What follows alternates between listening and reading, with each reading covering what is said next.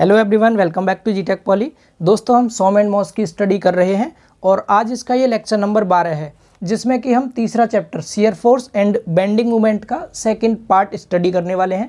इससे पहले हम इसका एक पार्ट कंप्लीट कर चुके हैं, जिसमें कि हमने स्टार्टिंग के 4 टॉपिक थ्योरी वाले टॉपिक हमने कवर किए थे।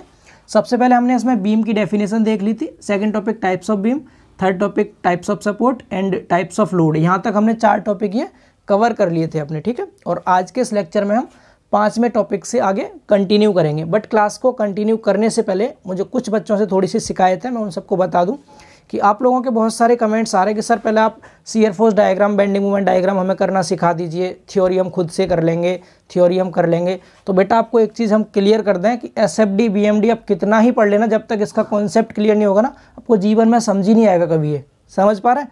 मैं अभी किसी बच्चे ने, जो मैंने अभी ये लेक्चर दिया था आपको, लेक्चर नंबर 11, उसमें भी किसी बच्चे ने कमेंट में एक किसी और चैनल का लिंक दे रखा था। कोई दिक्कत नहीं, आप दे सकते हैं, मुझे कोई शिकायत नहीं इस चीज़ से।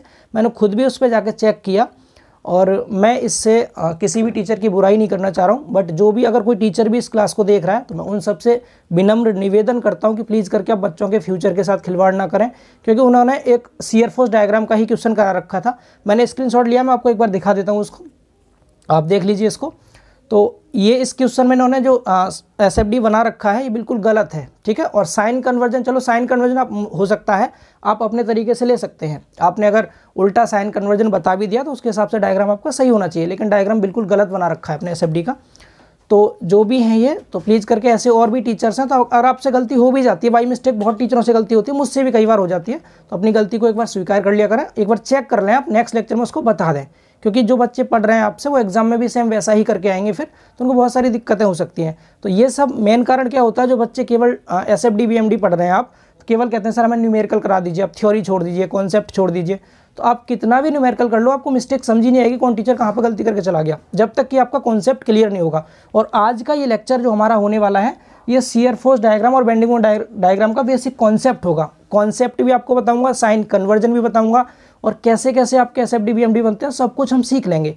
उसके बाद फिर बाद में आप जब एसएफडी बीएमडी पढ़ेंगे ना, तो आपके सामने अगर कोई टीचर थोड़ी भी गलती कर देगा, मैं ही क्यों ना हूँ खुद, अगर मैंने कोई गलती भी कर दी तो आप खुद से बता देंगे कि सर आपने यहाँ पर मिस्टेक की है। तो इसलिए बेटा थ्योरी और कॉन्सेप्ट बहुत ज़रूरी होता है न्यूमेरिकल को समझने से पहले। अगर आप केवल न्यूमेरिकल पढ़ना चाहते भी हैं तो कुछ नहीं कर सकते, आप पास होने के लिए सिर्फ पढ़ रहे हैं आप, तो मैं गारंटी दे रहा हूँ लास्ट में आपको खुद में लास्ट मूवमेंट सीरीज चलाऊंगा, आप बिल्कुल मत पढ़ो, अभी से पढ़ना छोड़ दो।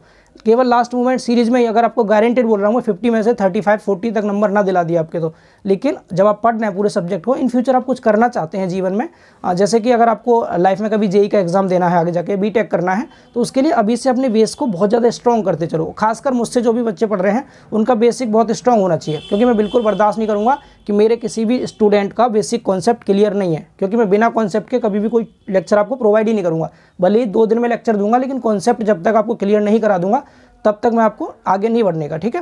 तो ये थ्योरी को लेकर के और कॉन्सेप्ट को लेकर के कोई कमेंट्स ना करें कि सर थ्योरी छोड़ दीजिए, पहले हमें न्यूमेरिकल करा दो, थ्योरी हम खुद से कर लेंगे। बेटा अगर आप थ्योरी खुद से ही करते ना अब तक, तो आप और सब्जेक्ट भी बहुत सारे कवर कर चुके होते हैं। आप खुद जाकर के देखना कि आपका अब तक कितना तैयार है, आपका सिलेबस कितना है, जनवरी में आपके एग्जाम होने वाले हैं, और आपने अब तक कितना पढ़ लिया है, खुद को एक बार जज कर लिया करो, ठीक है। तब जाकर के बोला करो कि हमें सर थ्योरी नहीं, केवल न्यूमेरिकल कराओ।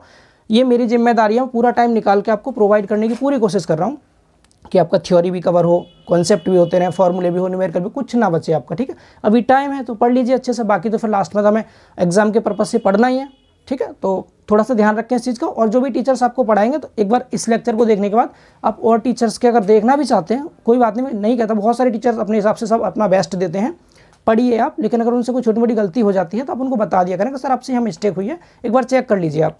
तो वो चेक करेंगे तो अपना ध्यान देंगे उस चीज़ पर, वरना फिर अगर और बच्चों का इससे लॉस होता है, ठीक है। हालांकि मैंने उनको कमेंट कर दिया इस चीज़ पर कि आप थोड़ा ध्यान दें इस चीज़ पर, तो हो सकता है वो सुधार लेंगे उस चीज़ को। तो मैं किसी भी टीचर की यहाँ बुराई करने नहीं आया हूँ, बट मैं आपको सिर्फ ये बताना चाह रहा हूँ कि जब तक आपका बेसिक कॉन्सेप्ट क्लियर नहीं होगा तो आप गलतियों को नहीं पकड़ पाएंगे, ठीक है। इसलिए कॉन्सेप्ट पहले पढ़ें, तब चीज़ों को आगे कंटिन्यू करें, ठीक है।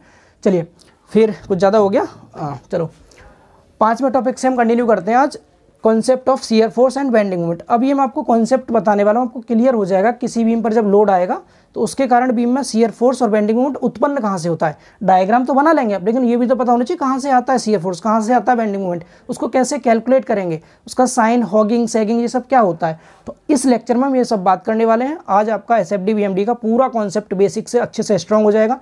एक एक लाइन को, एक एक शब्द को बहुत ध्यान से आपको सुनना है और समझते चलना है, ठीक है।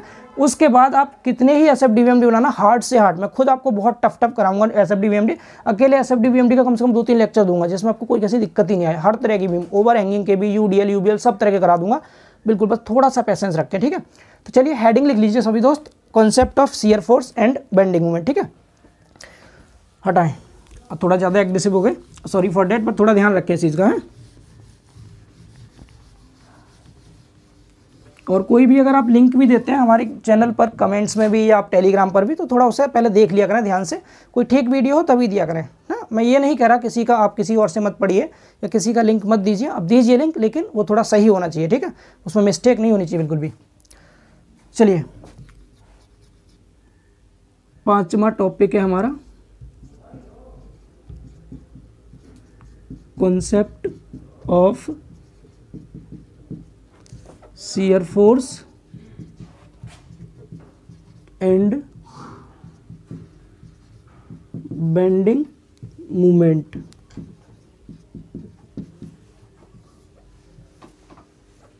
Shear force and bending movement, इसको अगर आप हिंदी में लिखना चाहें तो हिंदी में आप बोल सकते हैं कर्तन बल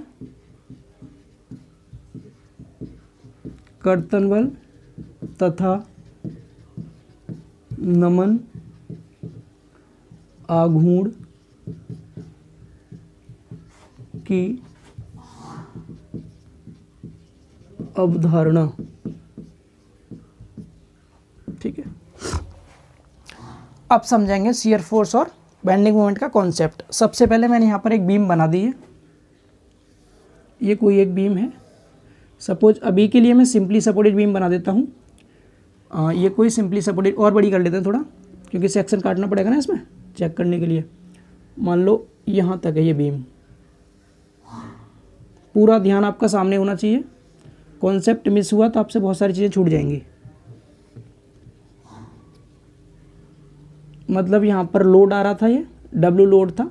सबसे पहले क्या था, हमारी सिंपली सपोर्टेड बीम में क्या होता है, दोनों तरफ सपोर्ट होती है। मान लिया एक सपोर्ट आपने यहाँ लगा रखी है ये वाली, और एक सपोर्ट आपने इधर लगा दी, सपोज रोलर सपोर्ट, ये वाली सिंपली सपोर्टेड बीम है, ठीक है। अब ध्यान से सुनना। अब आपने क्या किया, इनको पॉइंटों को नाम दे सकते हैं आप, ये ए पॉइंट है, ये बी पॉइंट है, इसको आप सी पॉइंट कह दीजिए। बिल्कुल मिड में लगा हुआ है लोड, कितने मिड में, यानी बिल्कुल बीच में लगा है, ठीक है। अब सिंपली सपोर्टेड बीम है, इस लोड के कारण क्या होगा, दोनों सिरे पर रिएक्शन उत्पन्न हो जाएंगी। मान लिया ए सिरे पर जो रिएक्शन उत्पन्न हुई उसको आपने आर ए कह दिया, बी सिरे पर जो रिएक्शन उत्पन्न हुई उसको आर बी कह दिया। क्लियर ना। तो हम यहाँ से क्या कह सकते हैं, जब किसी भी बीम पर लोड कार्य करता है तो उस लोड के कारण बीम के सपोर्ट्स पर क्या होता है, रिएक्शन उत्पन्न हो जाती है, जिससे कि आपकी बीम संतुलन में बनी रहे।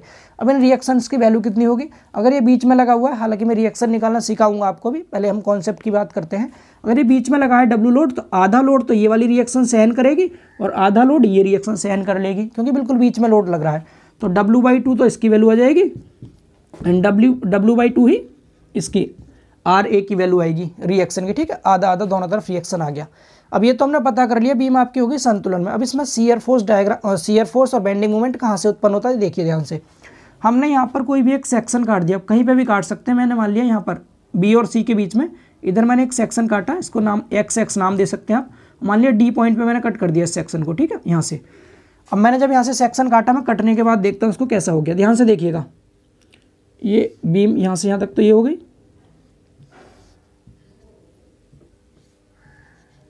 W/2, इधर भी यहाँ तक की बीम है ये वाली, यहाँ तक, ठीक है। ये रिएक्शन है इधर, ये भी क्या है, W/2।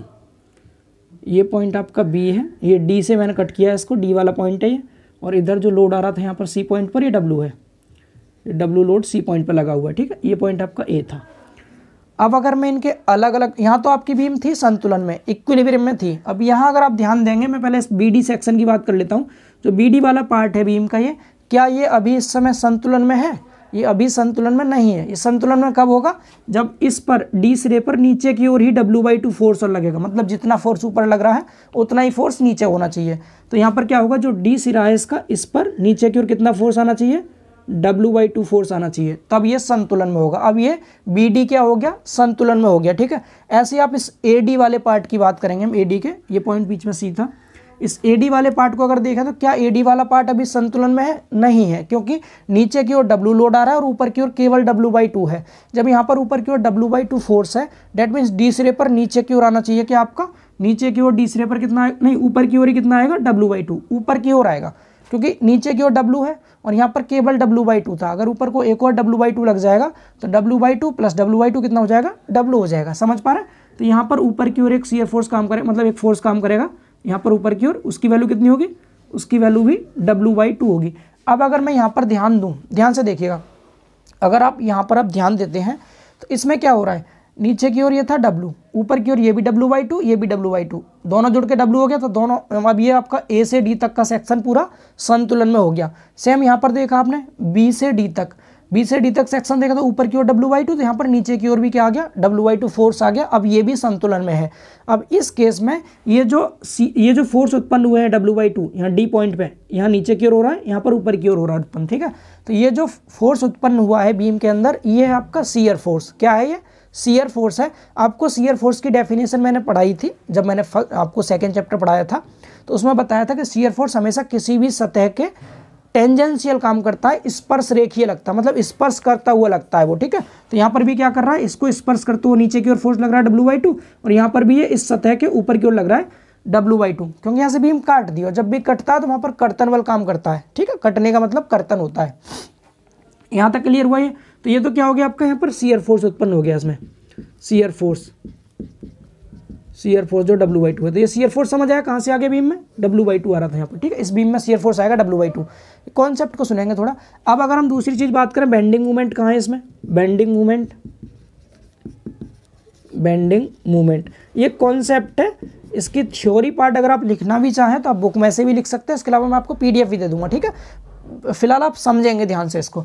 अब बेंडिंग मूवमेंट को देखो ध्यान से, बेंडिंग मूवमेंट कहाँ से आएगा। अगर मैं इस वाले पार्ट की बात करूँ, किसको, BD को, मैं BD में बात कर रहा हूँ, BD में बेंडिंग मूवमेंट। अगर आप BD में बेंडिंग मूवमेंट देखेंगे तो देखिए, यहाँ पर ऊपर की ओर लग रहा है W/2, यहाँ नीचे की ओर लग रहा है W/2, तो क्या यहाँ पर एक मूवमेंट जनरेट नहीं हो जाएगा? ऐसे लग रहा था, ये पॉइंट B है और ये पॉइंट D है, इस पर तो लग रहा है किधर, ऊपर की ओर लग रहा है आपका फोर्स। मान लो मैंने ऊपर की ओर इधर को ले गया इसको, ये वाला W/2, और यहाँ पर फोर्स लग रहा है नीचे की ओर, ये वाला कितना, W/2। देखते हैं ऐसा कपल बन गया, ये सेम फोर्स अपोजिट डायरेक्शन में लग रहे हैं आपके। तो यहाँ पर क्या होगा, एक मूवमेंट जनरेट हो जाएगा इस तरह से, इसको घुमाएगा ऐसे इस डायरेक्शन में, नहीं समझे, ऐसे करके इसको रोटेट कर देगा ना ये। तो ये जो मूवमेंट उत्पन्न हो रहा है, जो कि कैसी डायरेक्शन है इसकी, एंटी क्लॉकवाइज, जो BD में बेंडिंग मूवमेंट उत्पन्न हुआ है ये वाला, इसकी वैल्यू कितनी हो जाएगी, दोनों फोर्स में से कोई एक फोर्स ले लेते हैं हम W/2 इंटू दोनों के बीच की डिस्टेंस जो कि BD है। ठीक है, तो ये जो आगे क्या आ गया आपका, बेंडिंग मूवमेंट आ गया, जो कैसा है, एंटी क्लॉकवाइज है। कैसा है ये, एंटी क्लॉकवाइज। तो बीम में ही आपको ये भी समझ आ गया बेंडिंग मूवमेंट कहाँ से उत्पन्न होता है, कैसे उत्पन्न होता है। समझ पा रहे हैं ना सभी दोस्त, क्लियर है सभी को ये? तो जब भी हम किसी भी बीम पर कोई भी लोड लगाते हैं तो लोड के कारण दोनों सपोर्ट पर रिएक्शन आती है, जिससे बीम संतुलन में रहती है। अगर हमें इसमें पता करना हो कि हमारा शियर फोर्स और बेंडिंग मूवमेंट कहाँ से उत्पन्न हो रहा है, तो आप कहीं पर भी एक सेक्शन काट लो, यहाँ काट लो या फिर यहाँ भी काट सकते थे आप। वहाँ सेक्शन काटने के बाद अब इस बीम के आप दोनों अलग अलग पार्ट को संतुलित करके देखिए। जब संतुलित करके देखेंगे तो आपको यहाँ पर सेम मैग्नीट्यूड का इस सेक्शन पर फोर्स मिल जाएगा, वही आपका क्या होगा, शियर फोर्स होगा। इतना समझ आया? अब शियर फोर्स यहाँ तो हमने बता दिया, D पर W/2 था सेक्शन काट के। अब हम हर एक बार तो सेक्शन नहीं कट करेंगे। अब इस केस में हम क्या करेंगे, हम प्रत्येक पॉइंट पे शियर फोर्स कैसे कैलकुलेट करते हैं उसके लिए आपको मैं एक छोटा सा नोट पॉइंट लिख रहा हूँ। एक तरह से आप ये भी कह सकते हैं SFD BMD में हम शियर फोर्स और बेंडिंग मूवमेंट की एक नई डेफिनेशन यहाँ पढ़ने वाले हैं। ठीक है, तो इसमें वो डेफिनेशन क्या होगी, पहले मैं एक बार आपके सामने लिख दूँ, हालांकि PDF तो दूंगा ही आपको PDF, लेकिन पहले लिख भी देता हूँ जिससे क्लियर हो जाए चीज़ें। फिलहाल ये समझ आ गया ना शियर फोर्स और बेंडिंग मूवमेंट कैसे उत्पन्न हुआ है इस बीम के अंदर। तो इसको आप एक बार डायग्राम जरूर बना लेंगे, इसका स्क्रीनशॉट ले लीजिए आप। ठीक है, स्क्रीनशॉट लीजिए, फिर मैं इसी कॉन्सेप्ट में ही थोड़ा सा शियर फोर्स और बेंडिंग मूवमेंट के बारे में 2-3 लाइन थ्योरी की लिख देता हूँ, फिर उसको और समझेंगे। ठीक है, लिख लीजिए। तो चलिए, मैंने यहाँ पर एक पॉइंट लिख दिया है शियर फोर्स के बारे में, यानी हम किसी भी बीम के किसी सेक्शन पर शियर फोर्स कैसे कैलकुलेट करते हैं उसी के बारे में यहाँ पॉइंट लिखा हुआ है। यहाँ शियर फोर्स की ये डेफिनेशन नहीं है, ये शियर फोर्स की वैल्यू कैसे निकालते हैं वो लाइन है, ठीक है। तो देखिए क्या लिखा हुआ है इसमें, बीम की किसी काट पर शियर फोर्स का मान उस काट के दाईं ओर या बाईं ओर लगे बलों के बीजगणितीय योग के बराबर होता है, ठीक है। फिर से पढ़ेंगे दोबारा, क्या लिखा है, बीम की किसी काट पर, यानी कोई बीम है उसके किसी भी सेक्शन पर शियर फोर्स की जो वैल्यू होती है, शियर फोर्स का जो मान होता है, उस काट के दाईं ओर या फिर बाईं ओर लगे बलों के बीजगणितीय योग के बराबर होता है। किसके? बीजगणितीय योग के बराबर होता है।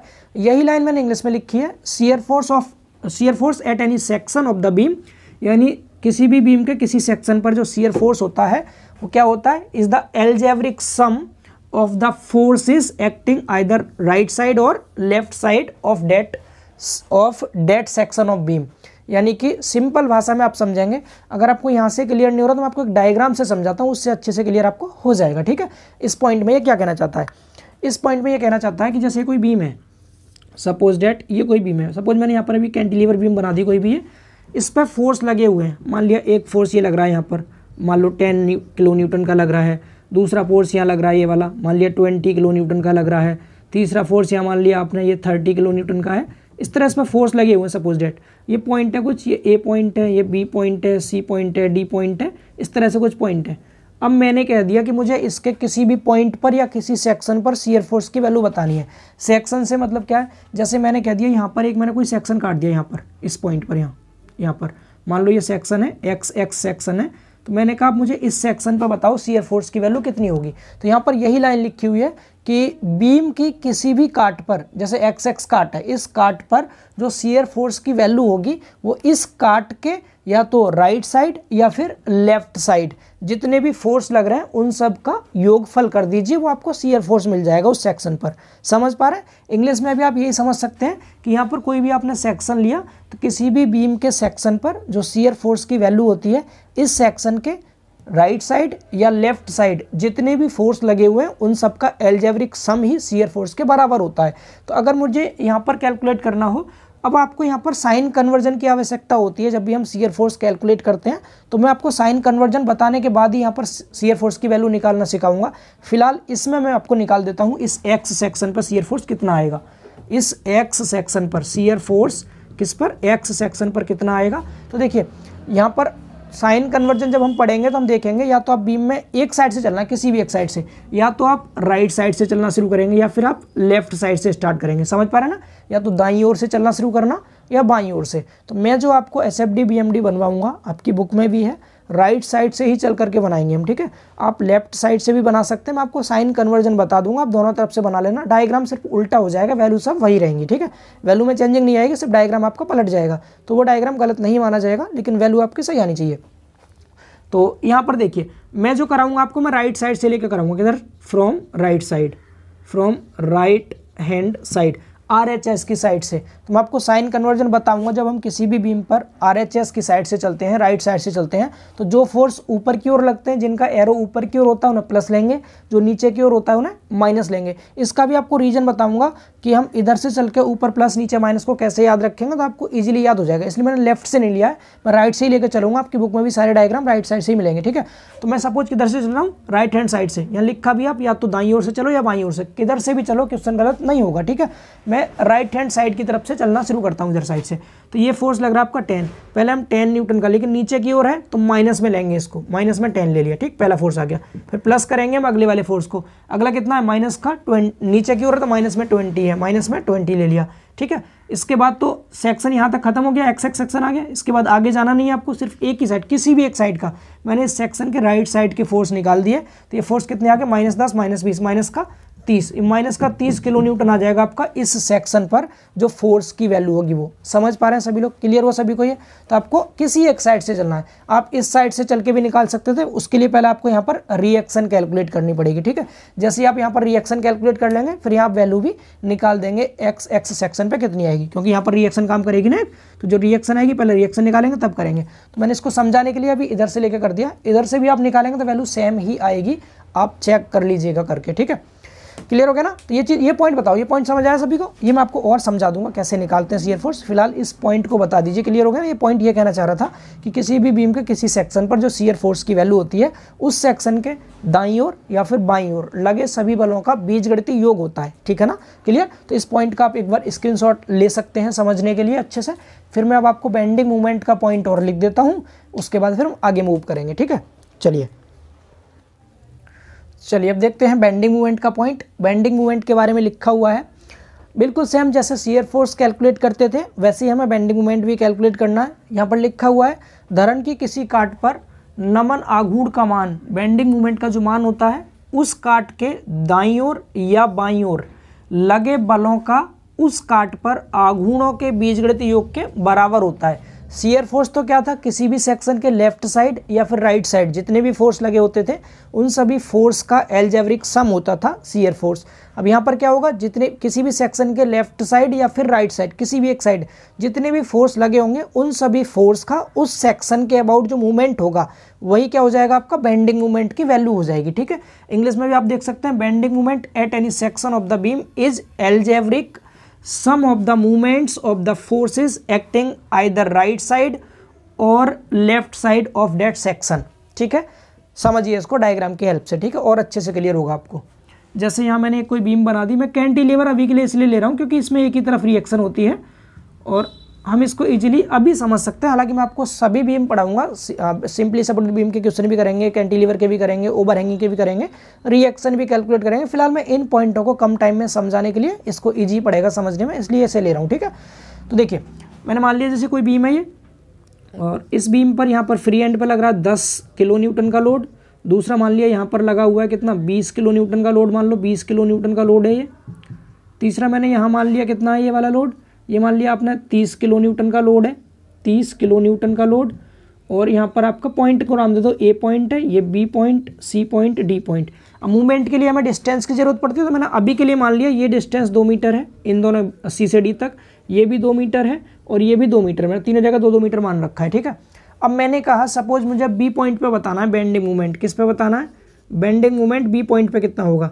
तो यहाँ पर अगर हम पढ़ें तो हमें क्या लिखा हुआ है इसमें, बीम के किसी भी काट पर, बीम के किसी काट पर निकालें या किसी भी पॉइंट पे निकालें। तो मैं बी पॉइंट पे निकाल रहा हूँ यहाँ पर, मान लो मैंने बी पॉइंट पे ये वाला सेक्शन था हमारा। ठीक है, इस बी पॉइंट पे तो क्या लिखा है, इस बी पॉइंट के बाईं ओर या दाईं ओर, मैंने आपसे कहा है आप या तो लेफ्ट साइड देखेंगे या राइट साइड, किसी भी एक साइड आपको लेना है। ठीक है, मैंने क्या बताया, मैं आपको राइट हैंड साइड की तरफ से बताऊंगा, RHS की तरफ से, इस साइड से चलेंगे तो हम किसी भी एक साइड से चलना है आपको। इसमें दाईं ओर या बाईं ओर लगे बलों का, इन सभी बलों का इस काट पर मूवमेंट ले लो। इस काट पर मूवमेंट कैसे लेते हैं आपने पढ़ा है। ठीक है, स्टार्टिंग से अच्छे से। तो यहाँ पर 10 लगा हुआ है, फोर्स नीचे की ओर होगा तो ये जब नीचे की ओर होगा तो इस पॉइंट पर घुमाएगा इसको ऐसे ऐसे, यानी क्लॉकवाइज। मैं क्लॉकवाइज को लूंगा नेगेटिव और एंटी क्लॉकवाइज को लूंगा पॉजिटिव, समझाऊंगा साइन कन्वर्जन, फिलहाल सुन लें अभी के लिए। ठीक है, 10 लगा है नीचे की और माइनस में 10 ले लिया, इनटू में डिस्टेंस आपको यहाँ तक की बी तक की 2 2 4 हो गया। ठीक है, ये पहला आ गया, प्लस में अब दूसरा मूवमेंट लेंगे इस वाले फोर्स का 20 का, मतलब हमें यहाँ तक जितने भी फोर्स लग रहा है सभी का मूवमेंट लेना है आपको। दूसरा 20 लग रहा है, ये 20 भी नीचे की हो रहा है तो माइनस में 20, और डिस्टेंस कितनी है 20 से और ये सेक्शन तक की 2 मीटर, 2 ले लिया मैंने। ठीक है, इसके बाद प्लस करेंगे, अगला फोर्स कौन सा है, बी पर ही लग रहा है 30 का, तो ये भी नीचे की हो रहा है माइनस में 30, लेकिन डिस्टेंस इसके 0 है क्योंकि ये इसी पॉइंट पे लग रहा था। इसको आप यहाँ से कैलकुलेट कर लेंगे तो ये हो गया माइनस का 40 और ये हो गया माइनस का 40 और माइनस 40 माइनस का 80 आ गया किलो न्यूटन इंटू मीटर। ठीक है, इस तरह से हम किसी भी पॉइंट पे बेंडिंग मूवमेंट कैलकुलेट कर लेंगे। तो अभी इसको लेकर न्यूमेरिकल टाइप सा, इससे परेशान मत होना, मैं यहाँ पर सिर्फ ये समझाना चाह रहा था किसी भी पॉइंट पर शियर फोर्स कैसे कैलकुलेट करते हैं और बेंडिंग मूवमेंट कैसे कैलकुलेट करते हैं। मैं आपको प्रैक्टिस कराऊंगा बहुत सारी। फिलहाल ये बताओ, ये पॉइंट क्लियर हो ना। इस पॉइंट पर क्या था, किसी भी बीम के किसी सेक्शन पर बेंडिंग मूवमेंट की जो वैल्यू होती है इस सेक्शन के दाईं ओर या बाईं ओर लगे हुए, या तो दाईं ओर ले लो या फिर बाईं ओर किसी भी एक साइड लगे हुए सभी बलों का इस पॉइंट पर जो मूवमेंट होगा इन सब का योगफली क्या कहलाता है, आपका बेंडिंग मूवमेंट कहलाएगा। मतलब बेंडिंग मूवमेंट की वैल्यू होगी, लिखा ना, इस वाले फोर्स का इस सेक्शन के अबाउट बेंडिंग मूवमेंट, फिर इस वाले फोर्स का इसी सेक्शन के अबाउट बेंडिंग मूवमेंट, फिर इस वाले फोर्स का इसके अबाउट बेंडिंग मूवमेंट। इस पॉइंट के राइट साइड में जितने भी फोर्स है सबको ले लिया हमने और सबको जोड़ दिया, तो क्या हो गया, बेंडिंग मूवमेंट की वैल्यू हो गई। ऐसे आप लेफ्ट साइड से भी निकाल सकते थे, बट उसके लिए पहले यहाँ पर रिएक्शन की वैल्यू भी आपको पता होनी चाहिए थी। ठीक है, आपको कराऊंगा, किसी भी साइड से आप निकाल लेना, आंसर आपका सेम ही आएगा, डायग्राम उल्टा हो जाएगा। अब चलिए ये कॉन्सेप्ट बताइए, क्लियर हो ना। कॉन्सेप्ट में हमने क्या देखा, हमने देखा कि कोई बीम है, बीम पर शियर फोर्स और बेंडिंग मोमेंट कैसे उत्पन्न होते हैं, एंड बीम के किसी भी सेक्शन पर शियर फोर्स हम कैसे कैलकुलेट करते हैं और बेंडिंग मोमेंट कैसे कैलकुलेट करते हैं। अब हम आगे बात कर लेते हैं शियर फोर्स और बेंडिंग मोमेंट के साइन कन्वर्जन की, कब हम प्लस लेंगे कब माइनस लेंगे, कैसे कैसे साइन होता है, हॉगिंग और सैगिंग क्या होता है, इसके बारे में बात करेंगे। फिर एक डेरिवेशन करेंगे, डेरिवेशन से हमें ये क्लियर होगा कि हमारा जो डायग्राम बनेगा एसएफडी बीएमडी, पॉइंट लोड आने पर कैसा होगा, यूडीएल आने पर कैसा डायग्राम बनेगा, बेंडिंग मोमेंट आने पर कैसा डायग्राम बनेगा, वो सब डायग्राम बनने के भी रीजन होते हैं, है ना। आपने पढ़ा होगा, बुक में भी देखा होगा, कभी पॉइंट लोड लगता है तो हम स्ट्रेट लाइन चलते हैं, जैसे यूडीएल आता है पैराबोला बन जाता है, तो वो कैसे बनता है, क्यों बनता है, उनके रीजन है सबके, तो पूरा डेरिवेशन कराऊंगा, फुल आपको डिटेल में पढ़ाने वाला हूँ, ठीक है। चलिए इसका स्क्रीनशॉट लीजिए, फिर आगे मूव करते हैं हम साइन कन्वर्जन की ओर। चलिए अब देखते हैं छठा topic, sign convention of shear force and bending moment, यानी कर्तन बल और नमन आघूर्ण की चिन्ह प्रणाली।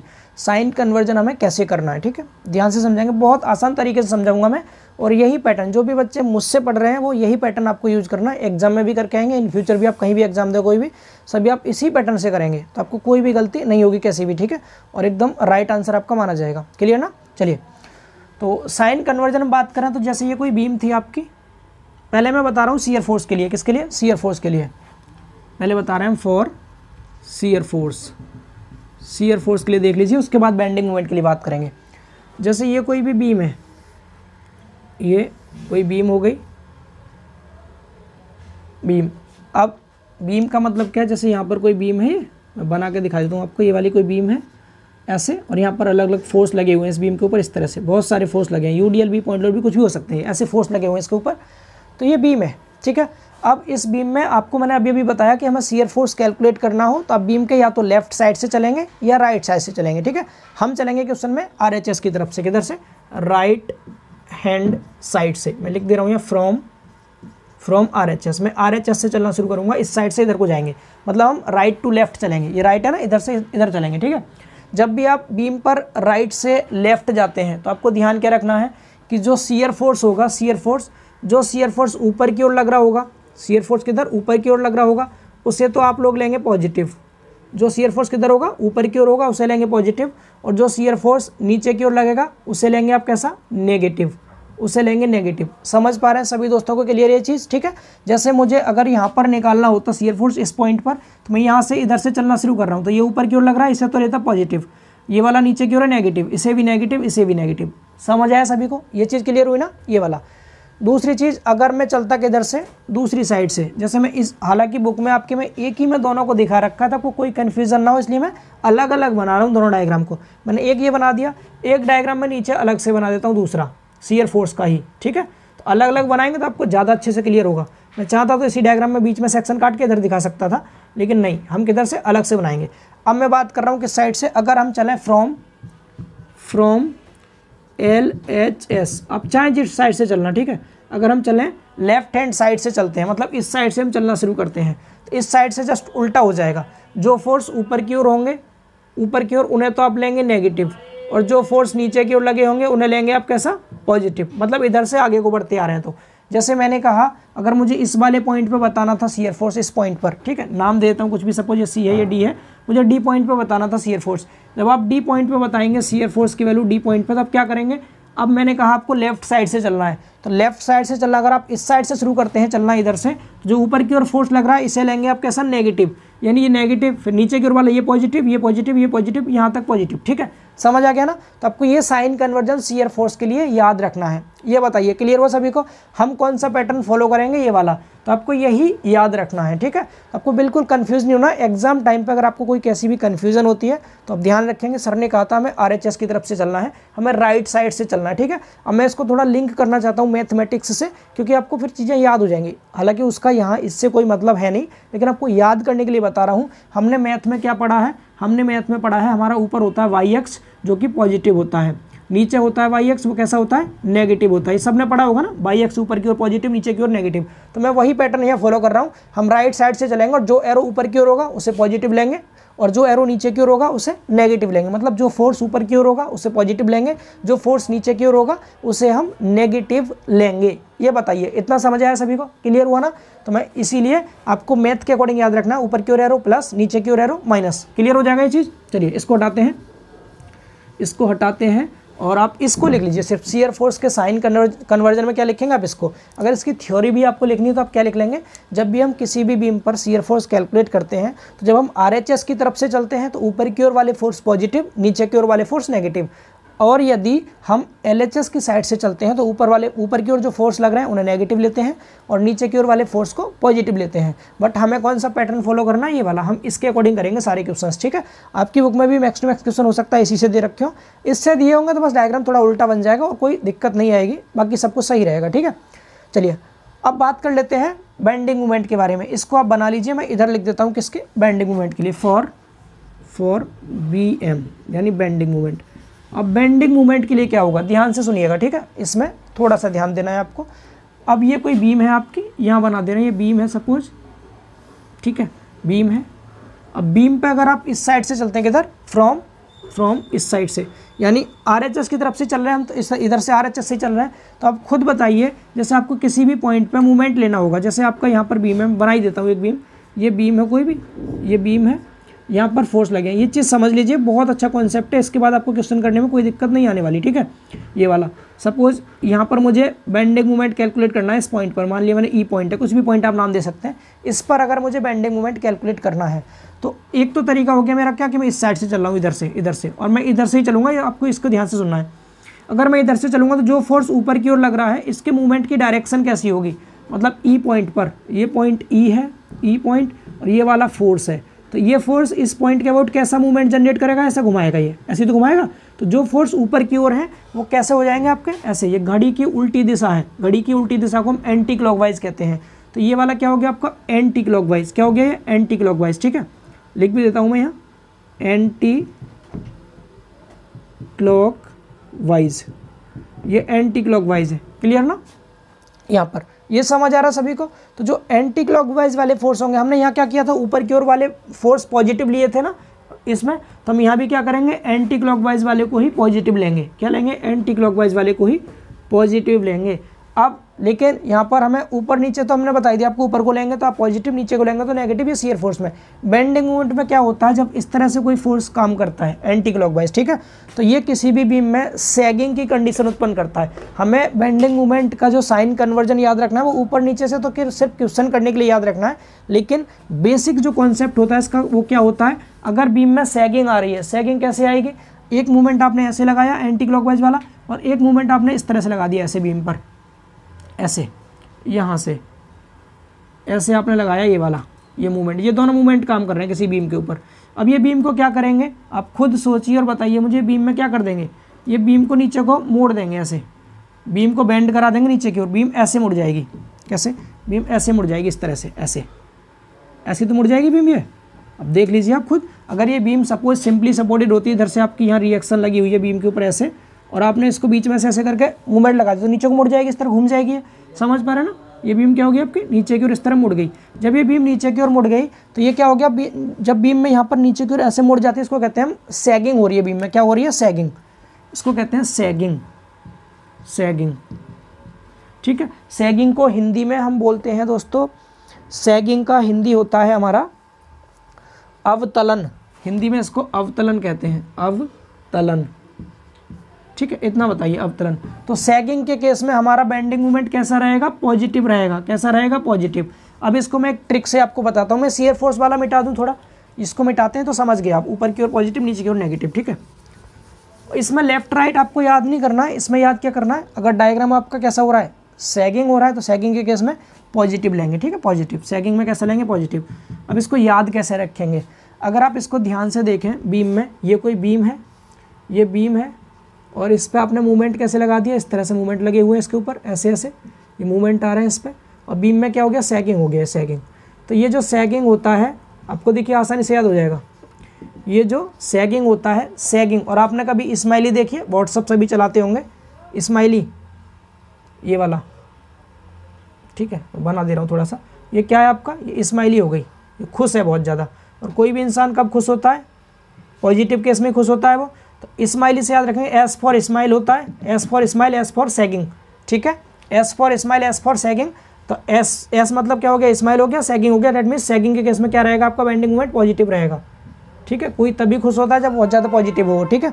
एंड इसके बाद बात करेंगे दूसरा अपोजिट रह जाएगा इसका क्या, हॉगिंग वाला। ये याद हो जाएगा ना, ये एस मतलब स्माइल, एस मतलब सैगिंग। स्माइल जैसा जो डायग्राम होता है वो सैगिंग का होता है। जब भी आपको कन्फ्यूजन हो डायग्राम कौन सा सैगिंग का है कौन सा हॉगिंग का है, तो जो स्माइली जैसा होता है ना, ऐसे स्माइली फेस बन रहा है, दो होते हैं, एक तो आपका स्माइल बन गया, एक दूसरा आप उदास हो गए, बहुत ज़्यादा दुखी हैं आप कैसे हैं, आप दुखी हो गई है, दुखी हो रहे हैं आप, ठीक है। ये वाले अगर आपको पूरा स्माइली बनाना है ऐसे बना सकते हैं आप लोग। अब तो समझ गए ना, चलो भाई पूरा हमने बना ही दिया स्माइली है, अब क्लियर है। तो ये कैसा दुखी है, ये कैसा खुश है, तो ये खुश है ना, ये दुखी है, मतलब ये हॉगिंग वाला केस है, हॉगिंग वाला केस है। हॉगिंग में क्या होगा, हॉगिंग में बीम कैसी हो जाएगी आपकी, सैड बीम होगी, ठीक है।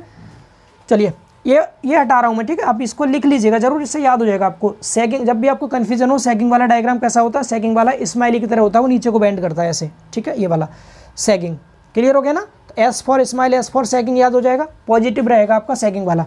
अब बात कर लेते हैं थोड़ा सा हॉगिंग की। अब हॉगिंग की बात करते हैं, हॉगिंग की। अब देखिए ये कोई बीम है आपकी, ये कोई भी बीम है, यहाँ पर आपने ऐसे लगाया था एंटी क्लॉकवाइज, यहाँ मैं क्लॉकवाइज लगा रहा हूँ, कैसा क्लॉकवाइज, ऐसे क्लॉकवाइज लगा दिया आपने, ये यहाँ भी लगा दीजिए इस तरह से। तो अब बीम में क्या होगा, अब बीम आपकी ऊपर की ओर मुड़ जाएगी। बीम कैसे मुड़ेगी, अब ऊपर की ओर ऐसे मुड़ जाएगी, ऐसे इस तरह से बेंड करेगी बीम ये। और जब बीम इस तरह से बेंड करते हैं तो इस डायग्राम को हम कहते हैं हॉगिंग। ये कौन सा डायग्राम है, ये हमारा हॉगिंग डायग्राम बन रहा है। हॉगिंग, हॉगिंग को हिंदी में कहते हैं हम उत्तलन, हॉगिंग, ठीक है। हॉगिंग के केस में हमेशा हम नेगेटिव लेते हैं बेंडिंग मोमेंट, कैसा लेते हैं, माइनस का लेते हैं बेंडिंग मोमेंट, समझ पा रहे हैं। तो जब सैगिंग होगा तो पॉजिटिव लेना है आपको, हॉगिंग होगा तो नेगेटिव लेना है। सैगिंग को कैसे याद रखेंगे, एस फॉर स्माइल होता है, स्माइल से ही एस फॉर सैगिंग होता है, तो स्माइली जैसी शेप बनेगी, सैगिंग होगा, पॉजिटिव लेंगे, ठीक है। बाकी जो सैड वाला होता है वो हॉगिंग हो जाएगा आपका। इतना बताइए, सभी को क्लियर हो ये चीज़, ठीक है ना। बाकी आपको कोई टेंशन नहीं लेनी, आपको क्वेश्चन में कराऊंगा अच्छे से, तो वहाँ क्लियर हो जाएगा। जो फोर्स ऊपर की ओर होंगे ना उनका फोर्स भी पॉजिटिव और बेंडिंग मोमेंट भी आप पॉजिटिव ही लेना। जो फोर्स नीचे की ओर होंगे उनका फोर्स भी नेगेटिव लेना है और बेंडिंग मोमेंट भी नेगेटिव लेना है, क्योंकि हम चलेंगे RHS की साइड से, राइट हैंड साइड से चलेंगे, ठीक है, लेफ्ट हैंड साइड से नहीं चलेंगे। हटा दें इसको, साइन कन्वर्जन भी सीख गए आप सभी लोग।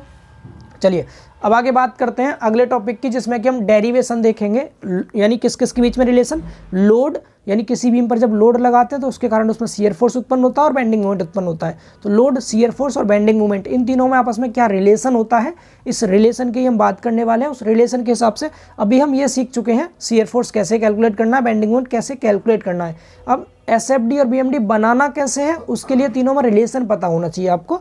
लोड में, शियर फोर्स में और बेंडिंग मूवमेंट में, वहीं से आपको क्लियर होगा। पॉइंट लोड होगा तो कैसा डायग्राम बनेगा, UDL होगा तो कैसा डायग्राम बनेगा, UBL होगा तो कैसा डायग्राम बनेगा, ठीक है। चलिए अब इसको रफ करते हैं और मूव करते हैं अपने डेरिवेशन की ओर। और ये डेरिवेशन 5 नंबर में एग्जाम में पूछा भी जाता है, तो आपको डेरिवेशन को और अच्छे से समझते चलना है, ठीक है। हटाते हैं इसको।